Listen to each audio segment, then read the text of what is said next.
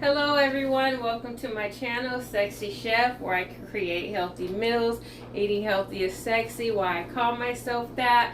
So today I'm going to be making gumbo greens. It is Memorial Day weekend, so I actually did a tutorial on lamb chops, but I wanted to separate the lamb chops from the greens, so the videos were both produced on the same day. So if you want to check out my lamb chop video, hop on to the next video. But this video is going to be about gumbo greens. They're so delicious. They're 100% natural, no preservatives, no GMO, no none of that, and they're so tasty and so flavorful. They're packed with lots of vegetables. So let's hop right into this dish. Like I said, it's Memorial Day weekend, so I wish everybody a happy Memorial.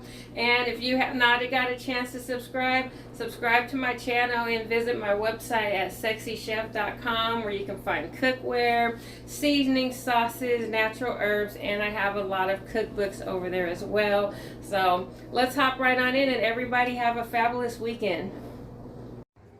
So how to properly clean your greens: you use lukewarm water. I use my Bratz apple cider vinegar.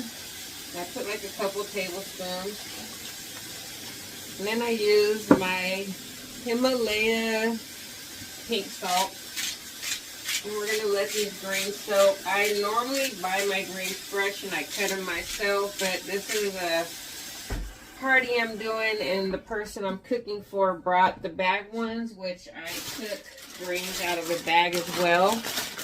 So we're going to let these greens soak for about 20-30 minutes.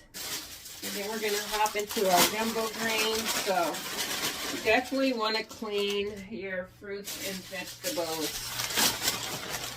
before cooking them. It's very, very important.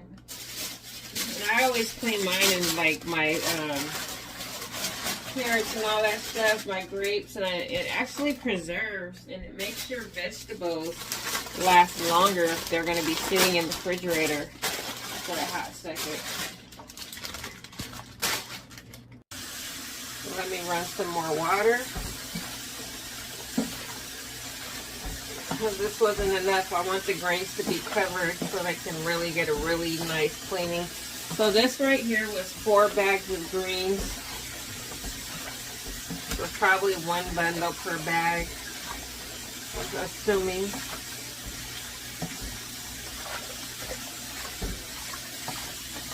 So you just want to make sure you mix all that apple cider vinegar and all the salt so it's evenly distributed. And you're just going to let the greens soak, and then we're going to strain them, and then we're going to make our gumbo greens that are so tasty and yummy. So we're going to let these sit for 30 minutes, and I'll be right back. So how I make my gumbo greens: we're going to need your favorite sausage. I'm going to use andouille sausage. You can use turkey sausage, beef sausage, whatever sausage that you prefer. I use a red onion, 1 jalapeno, and a stalk of celery. So let's get into cutting our vegetables. Yeah, the gumbo greens are really, really good. It's kind of like how you would make your gumbo. You can put seafood in it. You can put whatever you want in your gumbo. And so when I cut my sausage, I do it like at a slant because it gives you more pieces. So they're cut like that, so it's more like restaurant style. And I do really thin slices so that meat can be throughout the whole entire gumbo. Like I said, you could put bay shrimp, you could put jumbo prawns, like whatever meat of choice that you like. Yeah, I've never done the seafood one, because when I think of gumbo, like seafood greens, I'd rather have like beef, turkey, or something. But I do see a lot of people put seafood in their gumbo greens. I have not yet tried that, and maybe I will and let you guys know. But when I think of seafood, I want to actually really do gumbo. But I can see that tasting really good in greens as well. I'll try it one day. But I kind of just stick to this recipe right here because I like it and it's tasty. So those are cut up. And then we got a couple I'm going to do about 1 whole stalk of celery. I need to clean these really quick. So we're gonna do our stock of celery. And the celery just gives it so much flavor. And I'm gonna add some garlic too. I forgot to pull my garlic out. Garlic is really important. Garlic's gonna give it that flair, that extra kick. So I always add garlic to my greens. So we're gonna nicely chop these up. If you don't like spice, maybe put like a half a jalapeno, depending on your spice level. If you like a lot of spice, put like 2 jalapenos. I'm cooking this for a family of 4. They don't really like spice. They just told me to add 1 jalapeno. But if I was cooking it for myself, especially with 4 bundles of greens, I would definitely put 2 jalapenos. But like I said, this isn't for me. It's for a family I'm cooking for, and this is what they requested. So I'm going to clean the seeds out of these jalapenos, and I'll be right back. Okay, so now let's get into our jalapeno. I don't really like how that knife is cutting, so let me grab another knife. That knife was not doing it for me. Yeah, jalapenos sometimes make my eyes burn and make me cry, but this one's not doing that. Thank the Lord, because sometimes I be on this camera and I be cutting in the jalapenos and onions, and I'll just start having a reaction, coughing, eyes get watery, but this one's not doing that. But I do smell the heat. Like, man, I definitely can smell the spice, but sometimes some of these jalapenos be so strong, it's like I can't even handle cutting them. But I'm a spice girl. I love me some spice. So we got 1 finely chopped jalapeno. And now we're gonna get into this onion.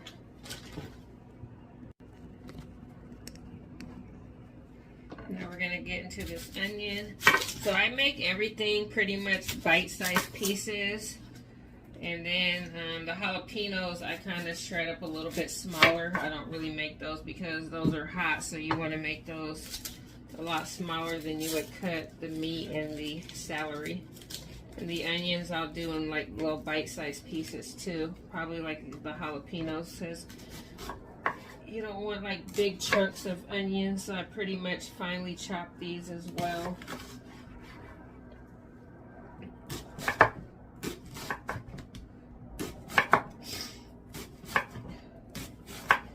Yeah, today is a bright, nice, sunny day, so I plan on having this meal done by 12 o'clock noon, because that was the pickup time.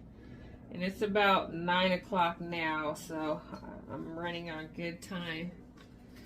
So yeah, so this is what our the gumbo greens are going to require as far as vegetables. We got our jalapenos, our celery, meat of your choice. I like the andouille sausage, and I'm going to add some seasonings, and then our garlic. We cannot forget our garlic.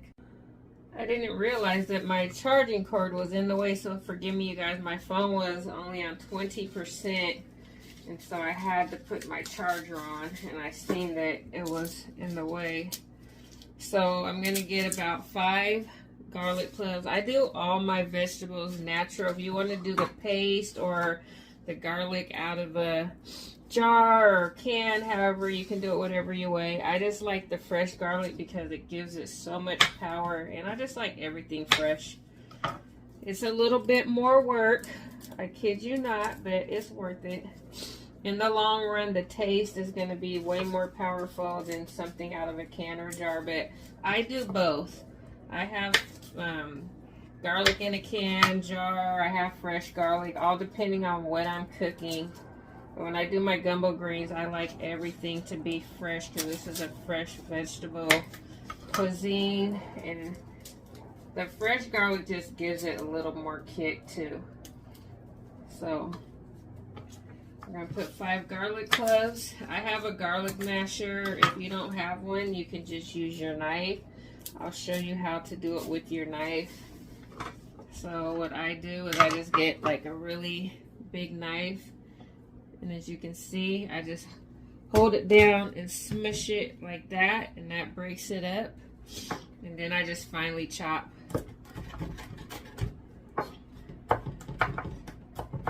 But I have a garlic masher, so I'm gonna do that for the rest of these. I was just showing the people who don't have a garlic masher how you can mash your garlic. It is some work though, but like I said, if you gotta work for it, you appreciate it more and it tastes better. But if you want to work smarter, not harder, get the garlic out of the bottle.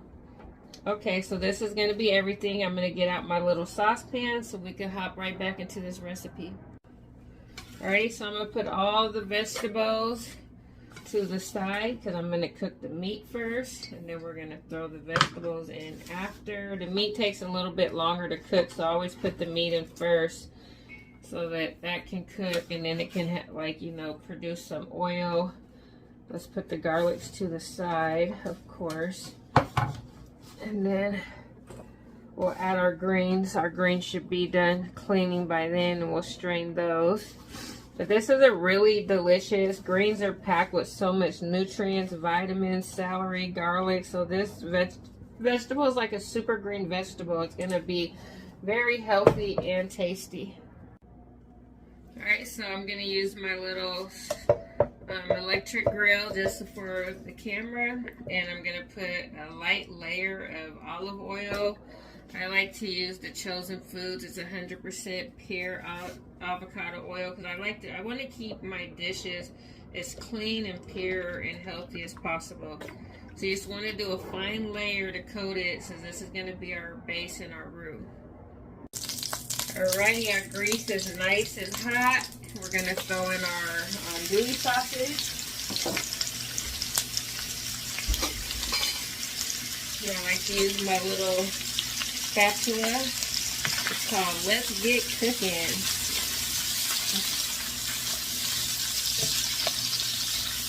So we just want to let this cook a little bit, and then I'm going to start throwing in the vegetables. I'm going to probably put some garlic in now, get the garlic going. So I showed you guys how to do it without the masher. The masher is so convenient. You just put one in there. As you can see, it comes right out, and it comes out more like a paste as well. Like I said, it's a little bit more work, but man, it's definitely worth it. And I have my skillet on medium high. Oh my God, the garlic smells so good. I know my neighbors are going to be like, what is she over there cooking today? Because garlic, man, garlic leaves a really strong smell.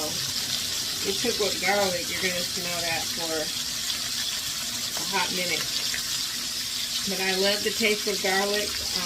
I was researching garlic. They said you have garlic in your body every day to a parasite. It actually has a lot of wonderful benefits to it. I can't remember everything off top, but I know the benefits were amazing.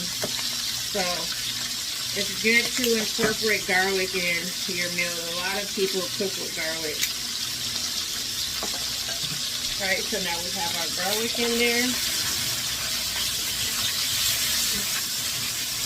So I'm just gonna let the andouille sausage, I wanted to have like a light crisp. I don't know if you can see, it's kind of getting there. I want it to have like a little light crisp on it. So I'm going to let this cook a little bit longer before I add my vegetables. And I'm going to start straining my greens so we can throw our greens in. Alright, so they're where I want them to be now. I don't know if you can see that crisp. That's how I want them. Oops, that one's still out. Let's put it back in there. That's what's going to give it that flavor. It's going to give it that texture. Everybody loves my gumbo greens. I actually found this recipe on YouTube. Somebody else was making gumbo greens. How I was like, wow, gumbo greens. And I actually just put my own little twist to it.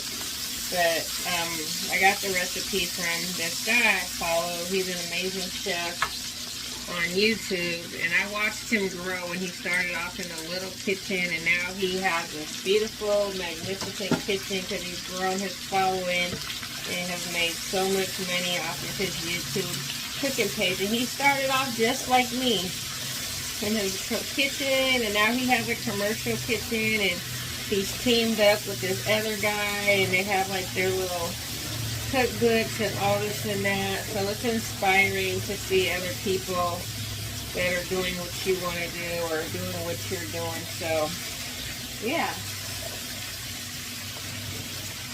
I really like his cooking.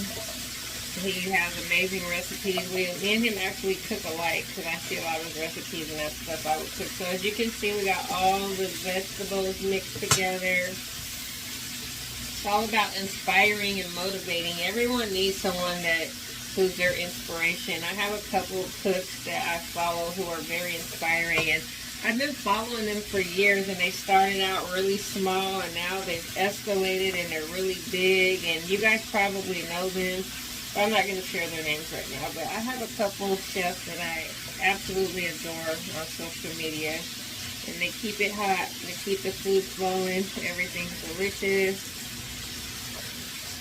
So there we have it, and now I'm going to let these cook. I'm going to cover this and let these cook for about 3 minutes before I add my greens.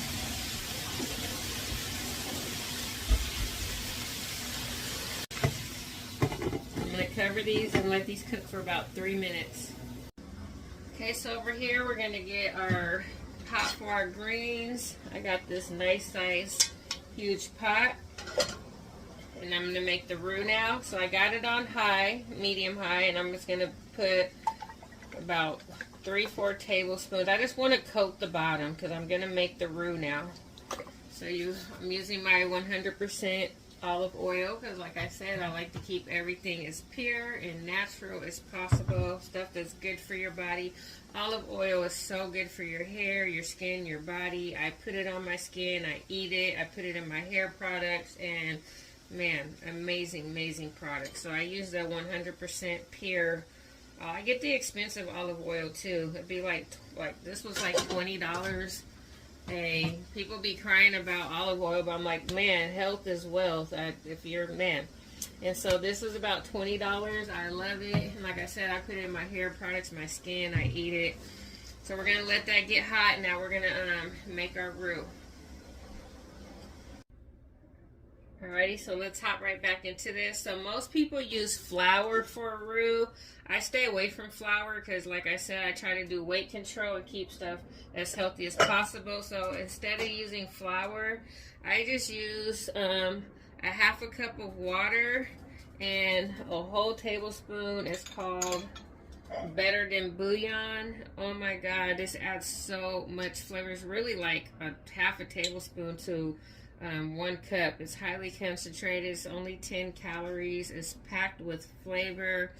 Take a snapshot. They have it in beef and lots of flavors. It's called Better Than Bouillon. It is so, so tasty.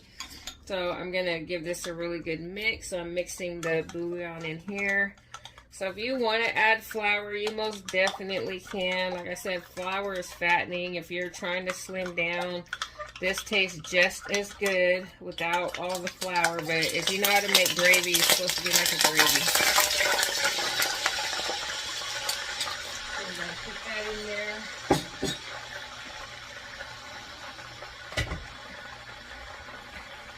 And then we're going to add our vegetables to this pot, our vegetables and our meat.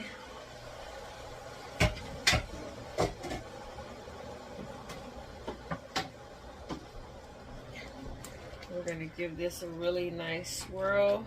So this is pretty much my gravy, but like I said, you're more than welcome to add a couple tablespoons of flour to thicken it up. I'm not going to do that because, like I said, I want my dish to be very healthy, but still taste like, you know, have that kick, have that soul food flavor, still have that power without all the extra.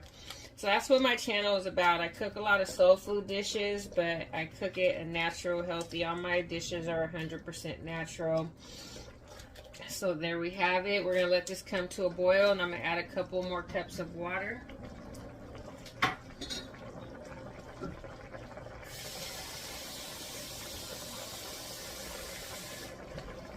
probably going to add about 3 cups of water and start adding my greens.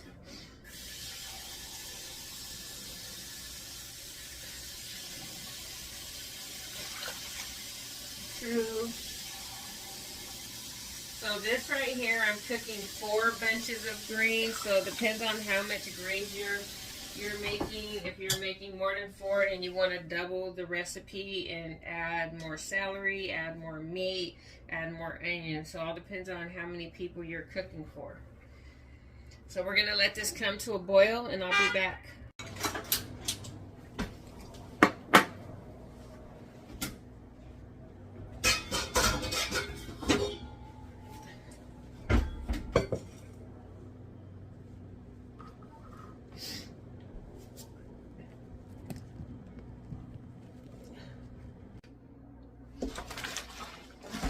So let me run some more water.